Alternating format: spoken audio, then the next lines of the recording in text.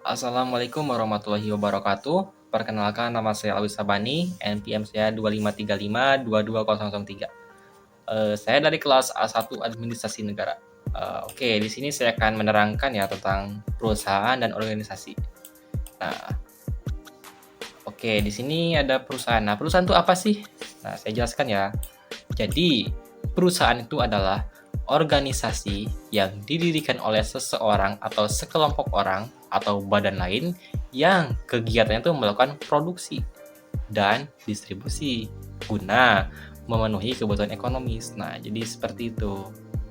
Oke, nah di sini ada manajemen. Nah, manajemen itu apa?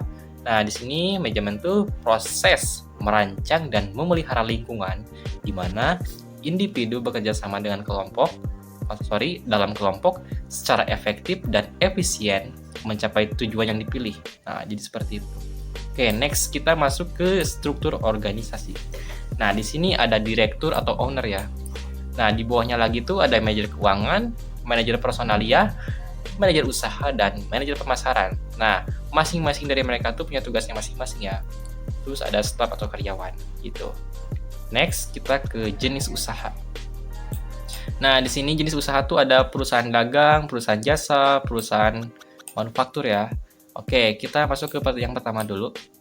Nah, di sini perusahaan dagang tuh apa sih? Oke, saya jelaskan ya. Nah, jadi perusahaan ini tuh yaitu perusahaan yang kegiatannya itu membeli barang jadi dan menjualnya kembali tanpa melakukan pengolahan terhadap barang tersebut. Contohnya, dealer, toko serba, atau toko kelontong ya. Tuh. Next, kita ke perusahaan jasa. Nah, perusahaan jasa di sini tuh yaitu perusahaan yang kegiatan itu menjual jasa.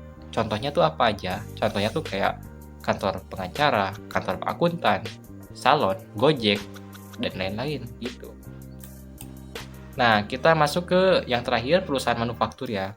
Nah, di sini perusahaan manufaktur tuh yaitu perusahaan yang kegiatannya tuh mengolah bahan baku menjadi barang jadi dan kemudian menjual barang jadi tersebut. Contohnya apa aja? Contohnya kayak pabrik sepatu, pabrik roti, atau baju, atau apa ya, masih banyak gitu. Masih banyak. Oke, kita masuk ke bentuk perusahaan ya. Nah, di sini bentuk perusahaan tuh ada usaha perseorangan, firma, CV, PT, perusahaan daerah, perum ya. Nah, kayak usaha perseorangan tuh kayak punya sendiri ya gitu, dipegang sama satu orang gitu, di tanggung jawabnya.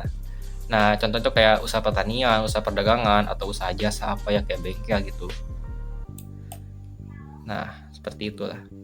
Oke, mungkin sampai di sini saja ya untuk materi hari ini. Mohon maaf jika banyak kesalahan atau kekurangan, mohon dimaklum. Mungkin sekian dari saya. Wassalamualaikum warahmatullahi wabarakatuh.